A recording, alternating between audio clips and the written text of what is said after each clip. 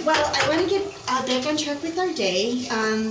I'd like to introduce to you Team Detroit's Global Design Director, Michele Silvestri. Michele is here today to talk with you about work-life balance. I actually had the pleasure of hearing this talk that Michele did at South by Southwest last year, and I was in the audience going, yeah. So I just thought this would be a great audience to hear what she had to say. I think you'll really relate to a lot of it. So please join me in welcoming Michele Silvestri.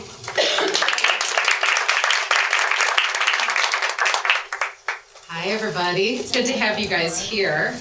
I think this is a really, really cool thing that Team Detroit is putting on. When I had my son, I'm a mom, he's 8 years old, most amazing kid on the planet, as I'm sure those of you that are mothers feel the same way. But it was one of those things where I'm like, I don't know, do I want to go back to work? I want to go back to work. How can I leave him? I don't know, So it was one of those things that when I returned to work, after my maternity leave, I was like, I want to come back, but not full time. and it was wonderful because they were like, we don't want to lose you. What can you give us? Let's make it work.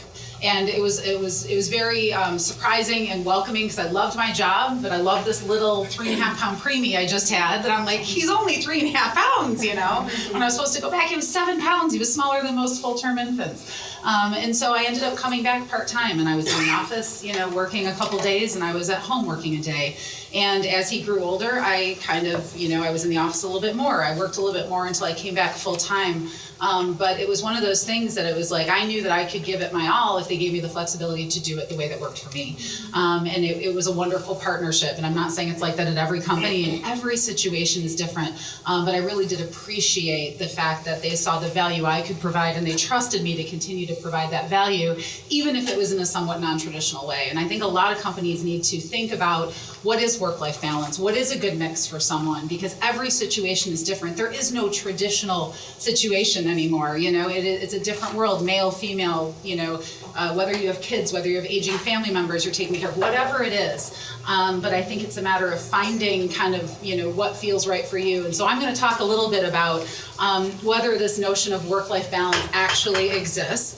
And I have a point of view on that, which you'll see. But I love my job. I oversee design and the brand for Ford globally across kind of all channels, all areas of the business. I'm running a large new initiative on consumer experience for Ford, which has been really wonderful. But I get to travel a lot. I get to make cool stuff. I work with amazingly talented people, and it fuels me. So it's something that I knew I found the right kind of niche for myself. But it also can create challenges. Being a global director in marketing and advertising can be a 24/7 proposal. And it can, in any job, the pendulum can shift and kind of swing right out of balance unless you figure out what balance means for you. And so it's funny when people asked me to speak on this, I was like, me? Are you kidding me? Even our COO was like, you're speaking on work-life balance, that's funny. But it's one of those things because, there are nights where I'm up till midnight, checking emails after the bath and the bed and the story time and that kind of thing, or I'm getting up at 5 in the silence of my coffee and I'm reading a magazine just for 10 minutes or whatever it is. But again, it's one of those things that I speak on it because I really believe in it, and it's something I speak because I'm constantly reminding myself to practice what I preach. So that said, there are some days that I feel like this. I got my bangles on, I've got my lasso, I'm wearing stars. It's like, I love her, and although she's not real, she's kind of my idol because she's a badass, and she totally kind of, rocks what she needs to do with style. And there's some days where I feel like, my hair's looking great. I got my kid, giggling on the way out of the car to school. I got my emails. I had a great meeting with a client. I met someone for a drink and I got a mani. And then there's other days where I feel like this, and that can be really tough, but that's a reality. And when it's really bad, there's days where I feel and look like this. And I remind myself that if she survived the head shaving and losing her shit, I can too. And I want to get this money. So it really leads me to ask, is there an in-between? Is it possible to kind of reach that balance? And to kind of have that constancy, you know, between the two extremes. And I think, you know, there's a lot of what I'm going to talk about today is my personal experience, experience of coworkers, close friends, family, things I've read on the subject, and things that I've heard have worked, you know, for people out there. And I'm not here to profess that this is a definitive answer, a definitive solution. Like I said, I'm a work in progress. But it is one of those things that I think that there's times in your life where you might hear something and you're like, oh, I forgot about that. I need to remind myself. So what I'm hoping is today you're going to get some of those nuggets that are going to stick with you a little bit and can help you. When I run into those moments where someone says something or I read something, I have the Notes app in my phone. So simple. But I write it down, and I've got like reminders to myself personally, or, you know, like motivation. I got the cute shit my kid said, whatever it is, I grab it and I capture it so I can go back and reread it and remind myself when I'm having a rough day or when I'm beating myself up, because, you know, we need to be our own cheerleaders as much as we are cheerleaders for everybody else. And I think that helps, and it helps kind of get my mind and my heart back on track. So I believe that work-life balance is a utopian notion. It doesn't exist. Not to say that there is no solution, but you know, I believe that it's kind of a promised land. It's unrealistically attainable. For those of you who've seen the Lego movie, everything is awesome. I went to Legoland, by the way, and that song played over and over and over again back in December. You know, Unikitty. I mean, I love her. She is optimistic and a soul sister. Again, another fictional character. I swear I'm not crazy. You know, I love to spread rainbows. People joke, they nickname me Rainbow Sprinkles sometimes because I try to look at things through an optimistic lens. You can't be totally optimistic because there is a reality thing going on in there, but I really believe that happiness is a choice, and everything you encounter is how you're going to look at it and how you're going to tackle that and approach it. And I think it really is how you react to what comes at you in life. And that to be constantly up and everything's okay, that's not realistic, healthy, or, you know, normal either. You need to accept kind of what's coming, good and bad, and figure out how you're going to react, how you're going to pivot, and how you're going to move forward. And I think it's really human and real to feel and struggle on those rough days, because it also makes the great days that much better. And looking at it through the lens of balance, think of how challenging it is to get a scale in balance. The second something comes off here, you're struggling to take something off here and then over here, and you're just kind of ping back and forth because you're like, I've got to have balance. But is that what we should be looking to achieve, is a constant state of equilibrium? Because again, that is so hard to do. What if we reframed kind of how we look at balance and what balance could mean, so that you're not constantly fighting something that can be really hard to achieve? So back to Unikitty, even her, she loses her shit every now and then, right? And that's okay. It makes me love her even more as a fake character, you know, that it's real. But anyway, I'm going to share just some thoughts and things that have helped me and some nuggets that hopefully you can take away. One of the most important things I think to remember is that it's all about perspective. So, you know, it's easy to get worked up over the little things, like you're trying to get out the door, and my son's like, but wait, it's show and tell. What should I bring? And his shoe's half untied, and he's running off in the living room. I'm like, we gotta go, you gotta go, I got a meeting, you gotta get your school, you know? And it's easy to get worked up, you know, when your 7-year-old takes, you know, 700 minutes to get out the door.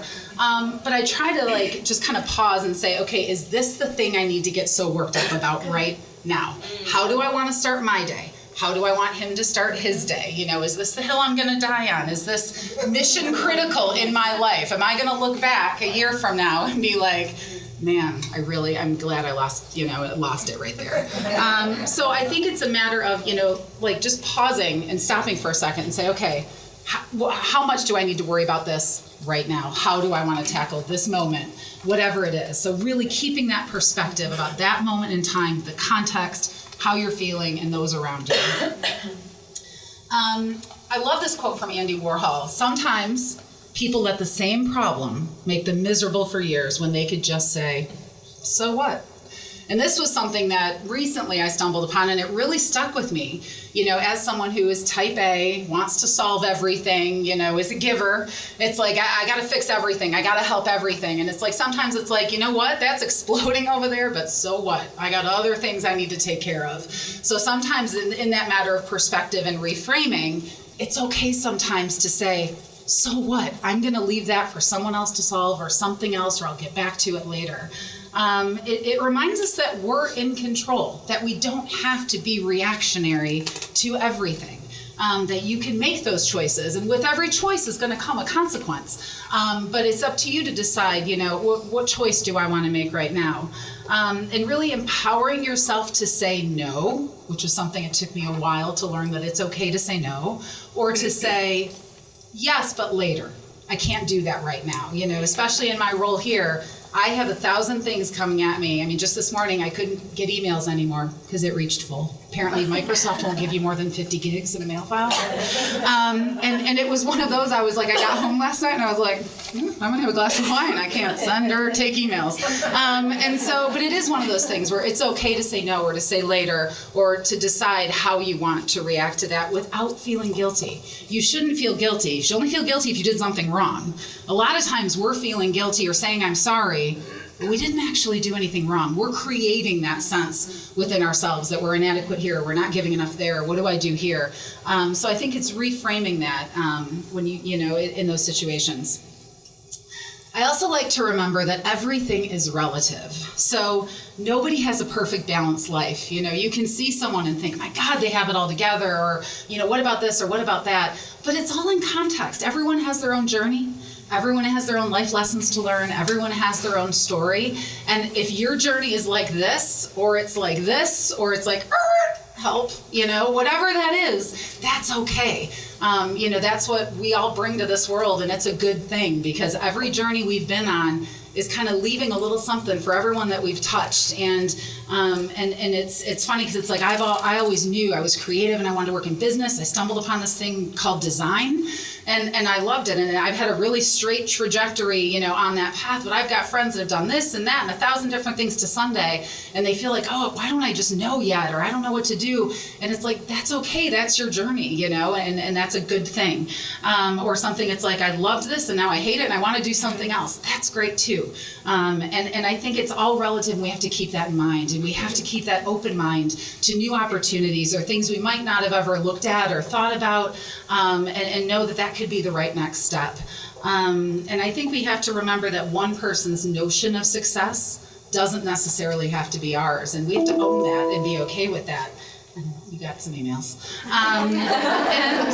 And so I think we have to be okay with embracing what's right for us at that moment, and knowing that those moments and what might be right is going to change over time.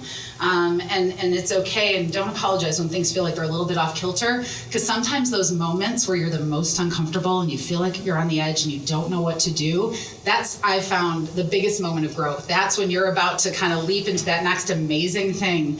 And I've been living through that for the last 9 months here, kind of leading a completely new initiative that's overwhelming and amazing all at the same time, and saying, you know what? I'm going to bring in people that are experts and help, and I'm going to figure this out as I go, and to be a little softer on myself when I feel like, wow, am I doing this right, you know? I think we have to stop comparing and really start celebrating each other and our choices as well. I so believe this, and this was from one of my really close friends who had mentioned, you can have it all, just not at the same time. And this is something that can be hard to remember. You know, you're going to go through periods where you're winning at home, or you're winning with your friends, or you're winning at work. Rarely do those three things overlap. But that can be okay. It's just a matter of where you feel like you need to focus at that point in time. And you know, sometimes, yes, they do. That's where the cape and the bangles and the stars and, you know, the red, white, and blue come in handy. But every day, it's not an attainable goal. I mean, it shouldn't be something that you shouldn't feel like you're winning in every area of your life every single day. That's exhausting. And I think it puts undue pressure on ourselves that we don't need. And it can also often lead to stress and to sickness and to unhealthy habits, and leaning on things that aren't good for us. So I think it can really help to reframe your notion of balance. And think of balance over the course of a year, over the course of a month, over the course of a week. So it might be that over 6 months I had to go really heavy with work. And what came, aligned with that was my son, but then other things in my life, all my friends, I'm like, I'll see you in June. It was one of those things that but I knew that, and this was something I was passionate about, and I knew I was needed in this area. But then that doesn't mean, come July, it's like, okay, we're going to shift a little bit. So I think it's a matter of really looking at, what balance can mean for you, and that you can go heavy in some areas and lighter in others, and that can continually shift. And you'll know at the end of the year, looking back and saying, how did I feel about this year? Did I feel good? Did I feel sick? Did I feel tired? Was I fulfilled? Did I feel like I'm added value in areas of my life where I felt like I was most needed? When I meet with my team, every January, that's the first thing we talk about. How was last year for you? Were you happy? Did you enjoy it? Were you motivated? Were you fulfilled? What do you want to do more of this year? What do you want to do less of? Where do you want to grow? What's your goal for this year? What's your goal for 5 years? What's your goal for 10 years? And talking through that, to help them find what their notion of balance might be. I've got some moms saying, I felt like I was just away from my family too much and it was stressing me out. Okay, let's figure out how we can fix that. Or I was working a lot on this, but I'm really interested in this thing over here. Okay, let's figure that out. But I think, outside of work, we can think about our lives in that way and really sit down and think about what might be right. I think we also need to think about the fact that you can do anything, just not everything. And this was something that was important for me because I'm excited about everything. I want to try everything. I want to, investigate everything. I'm off. I just got done running a 200-mile endurance relay through the desert, raising money for the JDRF. And I was like, how are you doing that? Well, I made a choice. I disconnected from work for 4 straight days, literally in the desert. And I did that, but I know that it's like, I can't do that every week. I can't do it every weekend, So again, I think it's looking at, I can do anything, but I got to focus where I'm putting those efforts and not worry about the things I'm not doing, because doing everything at the same time is completely unattainable. A really good friend of mine who studied yoga and teaches, she learned about a principle that she shared with me, and this, similar to what I mentioned earlier, know when to pick it up and know when to let it lie. And I love that. Know when, okay, is this my thing I need to pick up and solve and worry about? Or is this something that I can leave there and not bring into, space I don't have to handle it or take care of it? Because it can be a really slippery slope to feeling overwhelmed, to feeling like you've got too much going on. I mean, I don't think this is ever not in my hand. And it got to the point where I would get home, my son would be like, no phone, Mommy. I'm like, okay. So I start putting it in a drawer. When he was up and I was cooking, and it was like, Mommy time. I'm not, because if it's there, I'm going to be like, oh, there's something all popped up. I'm not looking, But it's like, he needs my full attention, just as when I'm here at work, they need my full attention. So I think it's, if you assume everything is yours to handle at that moment when it comes in an age of technology where everything is always on, nonstop, it's an assumption that you're going to answer the phone when someone calls, or you're going to answer that text the second you get it, or when someone wants to meet you, or an email comes through. But says who? It's up to you to decide how you're going to balance that and work in your schedule. And there's so many tools and things out there that I think are at our disposal that can make things like that easier and better. But I think what is so important here is that I believe that if you don't find a way to achieve that balance, or find, kind of a way to look at your life in a way that you feel like you're being fulfilled and you're kind of in a good place, that, the universe will find it for you. About probably 15 years ago, I was diagnosed with lupus. It's an autoimmune disease. It just, it's in your DNA. It's nothing you can catch. It's nothing you can, make go away. But it's basically my body thinks that my healthy cells are the enemy, just like a virus, and it'll attack them. It could attack my organs and I could die tomorrow. It could attack my joints and I have trouble walking and I can be sore. I live in a constant state of exhaustion, which people find surreal because I'm like the Energizer Bunny in some way.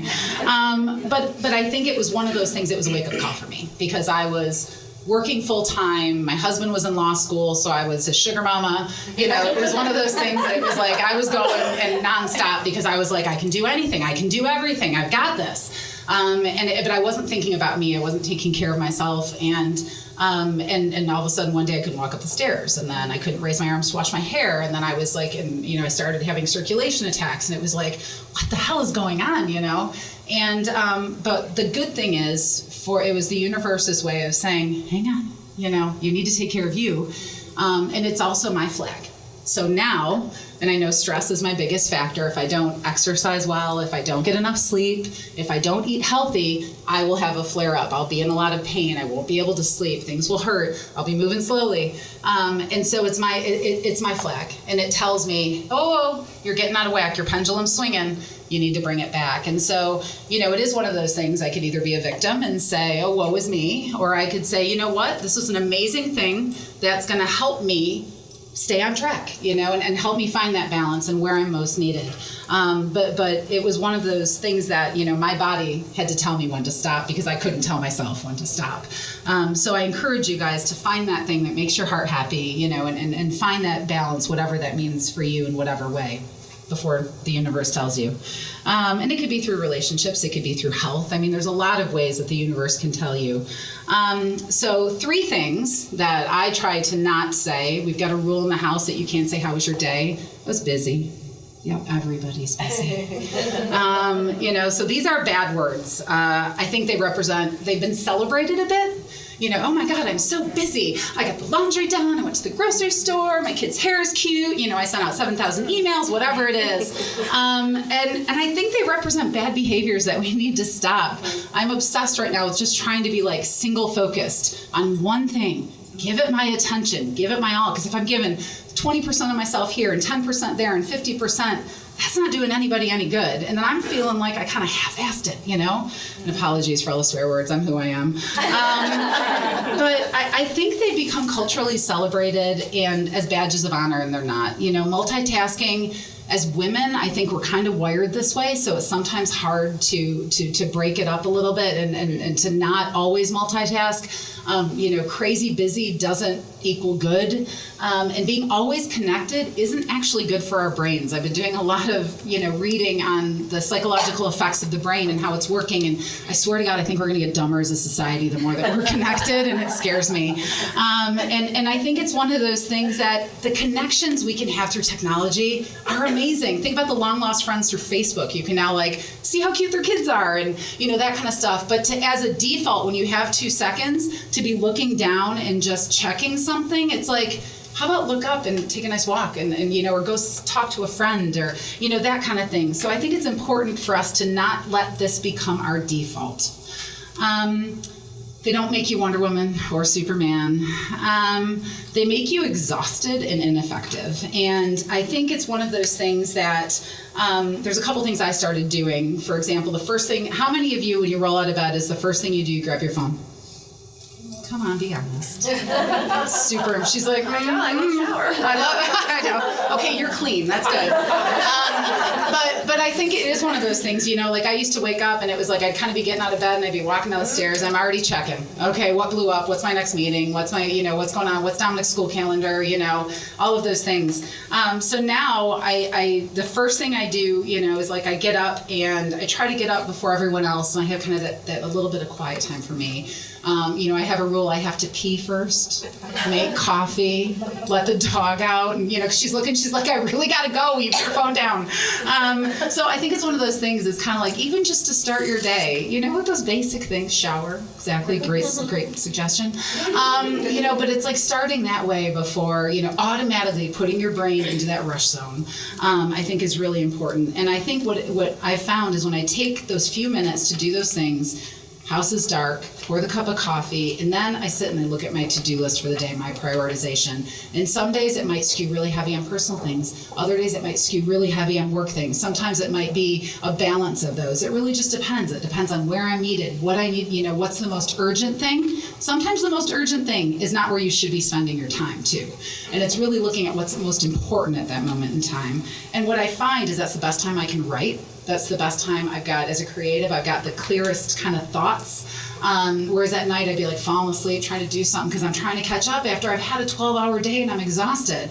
And it's, and being a creative, I'm a night owl. And so I had to kind of shift and say, is it being a night owl actually the best thing for me as I've gotten older and as I've had more responsibilities and I'm using my brain in different ways. And so it's like I started to shift that and I'm like, no wonder these morning people are always so cheery. And it's because I realized that I needed to shift some behaviors to make my life better.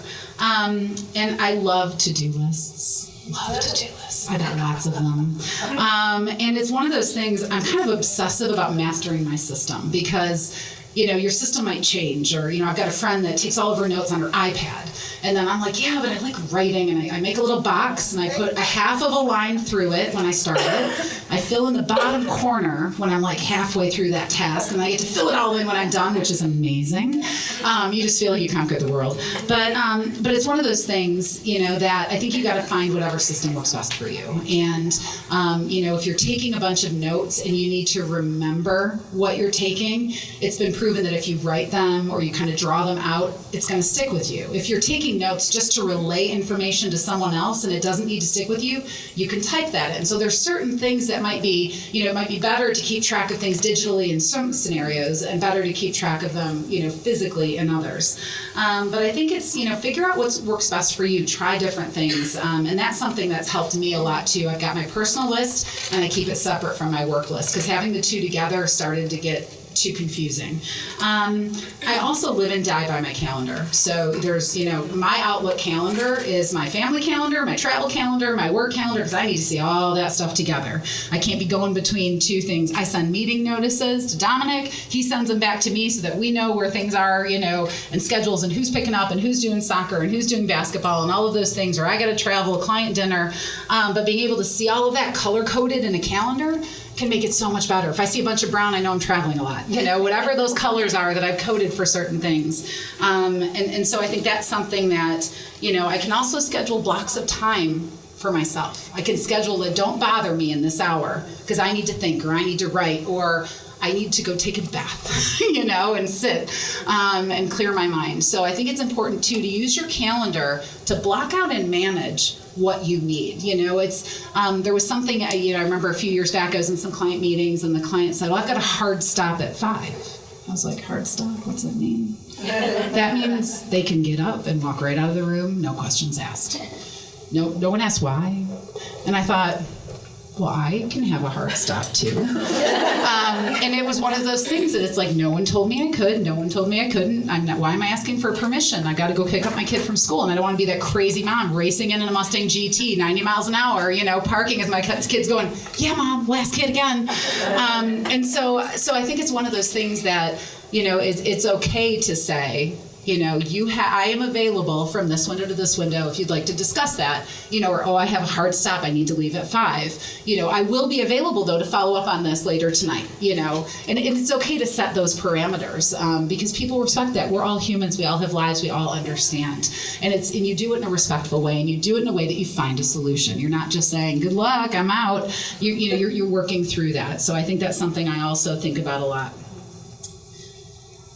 And then work smarter, not harder. You can work really hard and you can keep going and cranking and cranking and cranking. But if that's something that you should have delegated, doesn't matter how hard you're working, you shouldn't have been doing it. So that's something that use the task list, prioritize what you need to do, and really look for, whatever those immediate needs are, long-term projects, or making sure that you have the right people working on the right things. And that could be asking, a family member to help you with pickup. It could be, asking your nanny to run an errand. It could be that you need to leave early and take care of something. It could be that you've got someone else that you've assigned an assignment to. Whatever that is, who's the right person to do that thing at that point in time in context of what you need to do. And I, encourage you guys to figure out what's best for you and to see if it works. There's kind of in the busy part of things, it's I'm too busy, I'm always busy, I'm so busy, I don't know what I'm going to do. We all feel it, it's our reality. And to think I don't have time to do this, there is time. There's always enough time. It's how you're using it, how you're wasting it, how you're spending it. Our CEO, Satish, said to me once, and I said, how do you do that? And he's very, very kind of mission critical about his use of time. And he said, one day just sit down and track every 5 minutes what you're doing, and you will find blocks where you're wasting time or you're being inefficient. And granted, that's on the extreme end of the spectrum, but it's a good, insightful way to kind of see, where you're spending time and where you're wasting it or losing it. It really is in how you use it, how you share it, and how you protect it. Well wasted. And I promise I'm almost done. And then practicing single-mindedness, again, getting away from the multitasking and just being overwhelmed. I think if you can, really kind of look at, when are those times I'm going to check email? Am I going to check email every time it dings? Just because it dings doesn't mean you need to look at it right then. Because what if you're in the middle of something that's really important and it needs your focus? It just took your focus off. It takes your brain time to get back into focus. Where was I? If you're creative, you're kind of all over the place anyway. You don't need things, distracting you. And so I think that's one of those things. You can set, certain times, every 15 minutes, you can check your email and see where things are. Or, check your calendar, or if you're going in between meetings, use that to make a call, those types of things. Look at your week, plan ahead, allow for buffers when shit gets crazy. And I think if you define your boundaries and where you need to focus your attention, that can really help you to work smarter, be more productive, and feel more in control of your day. And I think also, be conscious of social media. It can be a rabbit hole that you can just get sucked down, and it becomes a default setting. It can be a beautiful thing, and it can be a nightmare at the same time. I've been trying to kind of take a break from it a little bit to see how that goes. Check in occasionally, but kind of take a little bit of a hiatus because there were other areas I just don't have time for it right now. But that's okay. Because it's giving me time for other things. And instead of having a default when I do have a few minutes, I'll go somewhere more productive, like, Pinterest to get inspiration that will fuel me, or, because I am creative, or I'm going to go and start reading articles, and kind of, instead of just kind of the default setting. So something to think about as well. Allow them to benefit your life, not take away from your life. And also, there's an amazing author, Daniel Levitin. He wrote The Organized Mind. It's a big, heady book. Highly recommend it, though. If you love being organized and kind of understanding how the mind works and kind of the reality of everything I'm talking about. But what he talks about, and this really stuck with me, is that it's as though our brains are configured to make a certain number of decisions per day. And once we reach the limits, they can't make any more, regardless of how important they are. And it's basically, he says, it's like your brain is a junk closet and shit gets thrown in. And it just piles up. And you need to have tags to remember and kind of pull those things back out. And so it's one of those things, once it starts getting full, you can't process anymore. You kind of reach your limit. Think about on one of those really crazy days, how at the end of the day you're like, don't ask me a question. Pizza. Yes, pizza. It's fine. Because you can't answer one more question. You can't think about one more thing. And so I think when we try to process too much, that's when we start getting more ineffective again. So I'm continually trying to remind myself, I'd rather do a few things really, really well than try to do a bunch of things and be ineffective at, most of them. So I give myself a parking lot, and this works in meetings where we got a giant Post-it pad and we're all brainstorming, we're talking, and it's like, well, that's great, but it's off topic. Go put it and write it in the parking lot. So I have a small notepad that I keep, and it's those things that pop into my head that I don't want to forget, but I don't have time to process them right now because I'm focusing on something else. So I immediately take it and I write it in the parking lot so that it's off and it's out of my brain and I can continue. And it is amazing what a difference that can make, because again, you don't want to lose the thought, but you can't spend time thinking about that thought right now. And I think it allows you to solve the need at that current time, and frees you from getting off track. And I think in addition to giving yourself a parking lot, I talked a little bit about this, use technology for good, not distraction. And I think also the lights out, so similar to you shower first thing in the morning. Some of us check our phones first thing, my poor dog now gets fed before I grab my phone. But I also set a lights out rule with my phone because I found, affects my sleep. We should not be looking at screens before bed. We should not be looking at our phones before bed. They should not be face up with lights popping up while we're sleeping. We use them for our alarms, that's fine, but it is one of those things, like after 10 o'clock, depending on when you go to bed, after 9 9 o'clock, grab a book, talk. It is one of those things that it does affect our restfulness of our sleep. So I think it's one of those things that, try it, see if it helps, because the more rested we are, the more energy we're going to have to focus on what we need. And if you're like me and you're challenged with being constantly exhausted, it's a small thing that can make a really big difference. So, similar to the universe will let you know if you don't find a way to make it all work. Don't take these things for granted. Eating well, sleeping, exercise. It's so easy to be like, I'll put off my run, I'll put off this. But, if you're not taking care of yourself in such a basic way, you're not going to be good for your family, your friends, your kids, your parents, your job, whatever you need. And I know it sounds obvious. How many of you skip breakfast? Judging. Behind on your workouts, anyone? I hear you. You have to create your non-negotiables. And what I found is if I let my non-negotiable slide, it's a slippery slope. It's like, no, eating healthy, it's a non-negotiable. Even if I might not exercise as much as I want in a week, but I make sure I get it in, it has to be a non-negotiable. And you decide what are your non-negotiables. Is it, sending your kid off to school every morning? Is it making sure you exercise 3 days a week? Is it making sure you have a healthy dinner every night? Whatever it is, find those non-negotiables, and you have to make sure that you protect those, because again, if you let that slide, you're not going to be good for yourself or for anyone else. Even with workouts, it had to be this negotiable thing where it was like, well, you got Tuesday, I'm taking Thursday, non-negotiable. With those that are, helping you and supporting you in your life. So also being flexible, really important. It's sometimes hard where it's like, well, no, I wanted it this way, and I had this scheduled, and I had this planned, and sometimes you just have to be like, all right, let's pivot. Let's adjust our sails. The game is constantly changing, and you have to adapt. And what I found is the people that seem to be the happiest are the ones that can just pivot and adapt and say it is what it is, and I'm going to figure this out. And I think that's something, if you can be open to change, it makes change that much easier to accept and to roll with. I love this quote: you can't direct the wind, but you can adjust your sails. Thank you, Pinterest. And so I think, you might feel like Wonder Woman one day, and then this little breaks and you trip, and whatever it is, your kid gets sick, you have a rough meeting at work, or, it's one of those things you're like, this just made me stronger. What can I learn from it? What can I share, from this? And I think we have to be forgiving. Don't beat yourself up when you have that shit day. Don't beat yourself up when, things aren't going your way, or you feel like you're lost, or you feel like you're struggling. That's okay. It makes you stronger, it makes you better, and it makes those good days that much better too. So you set realistic expectations for other people in your life. You give people breaks. You say, it's okay, I forgive you. No, it's all good. How often do we do that with ourselves? Or do we constantly beat ourselves up? Are we as hard on ourselves as we are to others? Are we harder? And I think, you forgive others when they fall short. It's okay to do the same thing and give yourself that same courtesy. And nobody loves a martyr. It totally perpetuates the problem.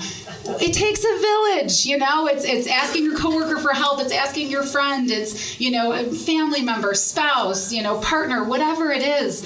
Everyone struggles and everyone needs help. And if we keep keeping up this veneer that we're all okay and it's okay and I'm fine, even though I'm about to crack, it's not helping any of us. And it's okay to say, I need help. Today is rough. I don't know what I'm going to do. And it's okay to, not be too proud or too confident to ask for help. And sometimes it's hard because you're like, I've got this. I can handle this. I should be able to handle this.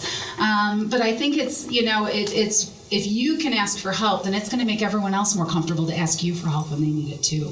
And to create that mutual exchange where it is that village and we kind of all have each other, arm in arm. It's like our WIN, group that we established here, which isn't just for women, but it is one of those things to kind of sit and have real conversations, about work and life and everything in between. So find your support system. Don't be afraid to use them, and don't be afraid to cherish them and return that favor too. And this, I think, I've got just maybe 2 more closing thoughts. I think this is what really needs to drive your big picture and guide you. These questions can help define your life priorities, define your day-to-day priorities, and figure out how you're allocating your time. What are you most passionate about, and what makes you happy? And if you can kind of look at those 2 things, and they might be 2 separate things. Your passion might be a hobby, and something else might be your job, or what makes you happy could be a combination of multiple things. But that's a way to kind of help steer that ship a little bit on your journey, And then also asking, where can I add the most value? Where am I most needed right now? Who needs me? Because the more we give too, that's helping other people and kind of fuels that positivity. Where am I most needed can drive your current focus. So it could be at home with your sick kid and not feeling guilty for not being in that office because your child needs you. It could be being at your desk working on a proposal and declining a meeting because you need to work on that deck. It could be letting go and delegating something, that's in the weeds because you actually need to focus on the big picture right now. Or it could be leaving the big picture and diving into the weeds because your team needs you. It could be saying no to work to help a spouse or a partner. It could be using the term hard stop, like I said, at a meeting because you've got to go and you have an appointment. And I think lastly, and most importantly, please remember that you're awesome. No matter what, focus on the good moments every day. And the more grateful you are, the better everything seems to be. Do something to help someone else, even if it's a small thing, like you look tired, here's a coffee. Or do you need a hug, like I hugged someone the other day and they're like, that was weird, but I totally needed it. Thank you. And just be proud of you because some days it's hard just to get out of bed. Believe me, I know. And even that in and of itself, can be chalked up as a win. And on days that you can't, it's okay to say F it. So I hope this helped. I hope there were bits that resonated, but thank you.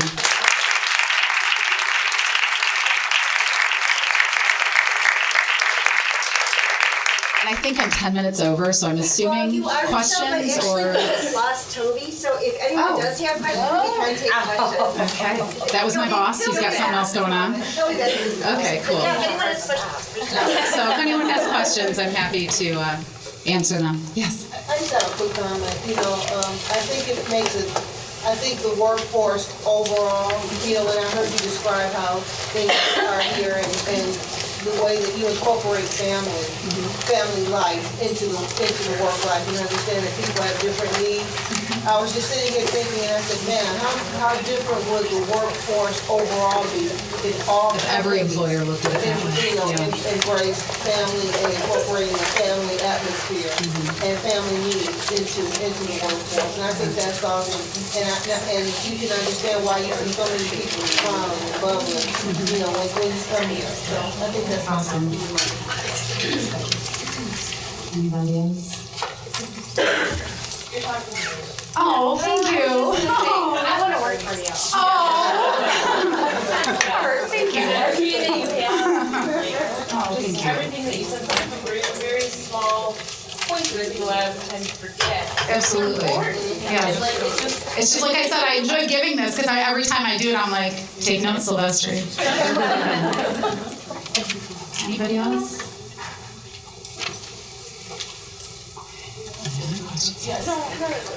Oh, your hair is amazing. Well, I would like to say I think you're amazing and the energy that you give off is fabulous.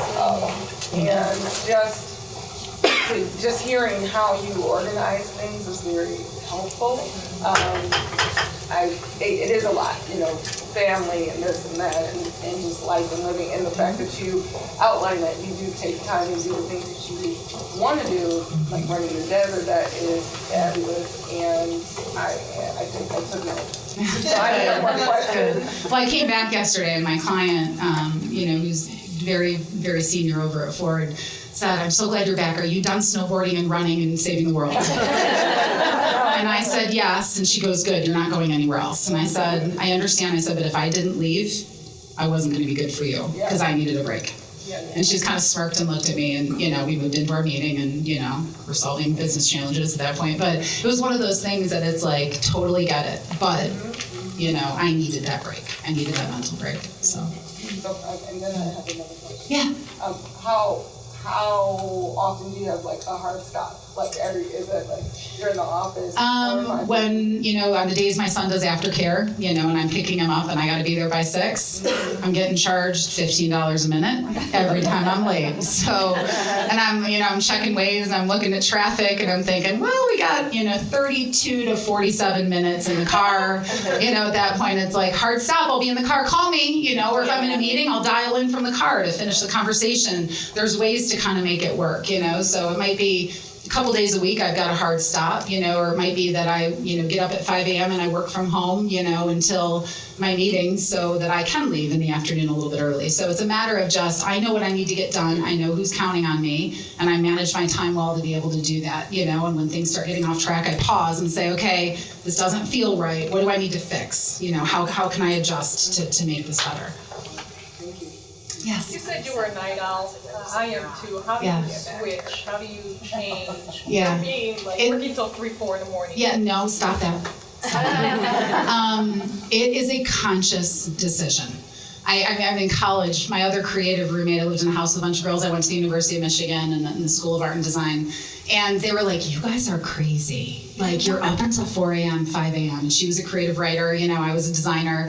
And we're like, well, this is how it is when you're creative, Like, you just can't shut it off, and you just need to be up late, and this is when we do our best work. And, but we're always freaking zombies. And everyone else was like, in bed by 9, and, getting up for their 5 a.m. lecture. And I was like, you're dumb for getting 5 a.m. classes in college. But it was one of those things that you just it becomes a behavior that maybe you're predisposed to, and you can either embrace it and fuel it, and it can get worse and worse and worse, or you can pause. And so it was literally me being like, phone off, lights out, 10 p.m. in bed. You kind of have to get adjusted to it because your body's not used to that. And then I would set my alarm early, and I would slowly kind of bring it up from 6 a.m. to 5:45 to 5:30. And I just kind of stuck with it. And I said, I'm going to give myself a week to test this out. Because I'm like, I look at all those morning people and they look amazing and I don't understand why, and why are they not tired, and they're so efficient. But they are some of the most disciplined people I know, and it's just discipline. You just have to make the conscious decision to do it. But I found that I am so much more focused. That's when I write my speeches. It's when I, take care of things I need to really, put a lot of thought into, that in the morning, your brain isn't tired. It doesn't have, like I said, what Levitin said, it doesn't have all that stuff where you reach that maximum capacity. If you've reached maximum capacity by 7 o'clock at night, what do you have left at 3 a.m.? I found myself on the couch falling asleep, because it's like when we started doing global business, around the world, you could keep working. I'm getting emails from London or from South America or from Shanghai. And so it was one of those things, I could either end my day or I could start my day again with everyone who's now waking up. And it became this kind of cycle where I started getting really sick again, and it wasn't healthy. And so I had to kind of set those parameters and say, well, if I send the emails now in the evening, they'll get it when they wake up. I can shut down, go to bed, and catch up then with London first thing. And then, so it's just really a matter of figuring out when and how. But I would say just try it for a week. Let me know how it goes. Yes. In addition to writing lists, do you have any to-do list apps that you use? I'm a fan of Clear, and sometimes I do jot down a couple random notes in my head, but are there any on your phone that you really enjoy? It's funny because I tried that. And for me, I have to have paper and a pen. But that said, so my personal notebook, what I find is if I've got urgent things like my parking lot that pop in, I'll just pull up the notes on my laptop and I just jot them down. Or these are the 3 things I have to do today, and I'll put them down. In my notes app in my phone, just the generic one that comes, with the iOS operating system, is where I capture those things, like the personal reminders and motivational things, or, cute shit my kid says. When it comes to things I have to do, I have a notebook for work, I have a notebook for home, and it's a square and a line. And if it's really urgent, I'll highlight it, if it's something I have to take care of. I'm so aggressive when I talk that I keep hitting myself with my but for grocery shopping, I have a My Grocery app, and that's something that I put in all of the things I need and they stay there. So every time I have to go grocery shopping, it's just a matter of going back through and unchecking the same things and adding to it. So that saves me 15 minutes of running around and thinking through and looking at everything. I can just cycle through really quickly. So there are some apps like that that just help. You know, it's just easier. I'm in the grocery store, I'm click, click, click, click, click, I'm done. So I think there are some things like that that I use, but I do have friends that love Clear. There's another one, I'm going to have to look again, that does have kind of color-coded organizing, and you can email right from it, which can be really helpful too. I'm drawing a blank on what it is, but I can remember and get it. I'm sorry? Notes Plus is good too. No. I'll let Kristen know, and then she can let you guys know. But I think it's a matter of just try whether a digital solution or a pen and paper solution work better for you, and it could be that one for one thing and one for another. Yeah. Anybody else? Oh, yes. You talk about healthy food, Yes. and so it's kind of like Harry met Sally. I want what you're having. What kind of energy? What are you eating? I have been obsessed with like green smoothies in the morning. I know it sounds so cliche, and I know they're on their way out from a trend standpoint. But it's just a way for me to, it's a small one, I'll throw kale and some, protein powder and whatever in the morning, because I know that if I don't, or I'll have a healthy breakfast burrito, that kind of stuff in the morning. But it's one of those things. I try to eat healthy at home. I don't have a lot of preservative-y things, just natural stuff. But when I go out to a restaurant, I'm eating whatever I want. Because again, it's all in balance and moderation. It's like, if you restrict so much that you're craving, you're gonna go binge on something really unhealthy, So it's like, I love wine, I love a Jack and Coke, I'm gonna eat pizza, it's that kind of thing. But again, it can't be the norm. It has to be the exception. Like 80-20. Exactly, absolutely. And the exercise, same thing. If I'm eating really healthy, I might be able to back a little on my exercise. If I'm not, I need to get my butt out there and run a little more. So I know that we've got their hovering, and Toby's here, so I'm going to stop talking. But thank you guys.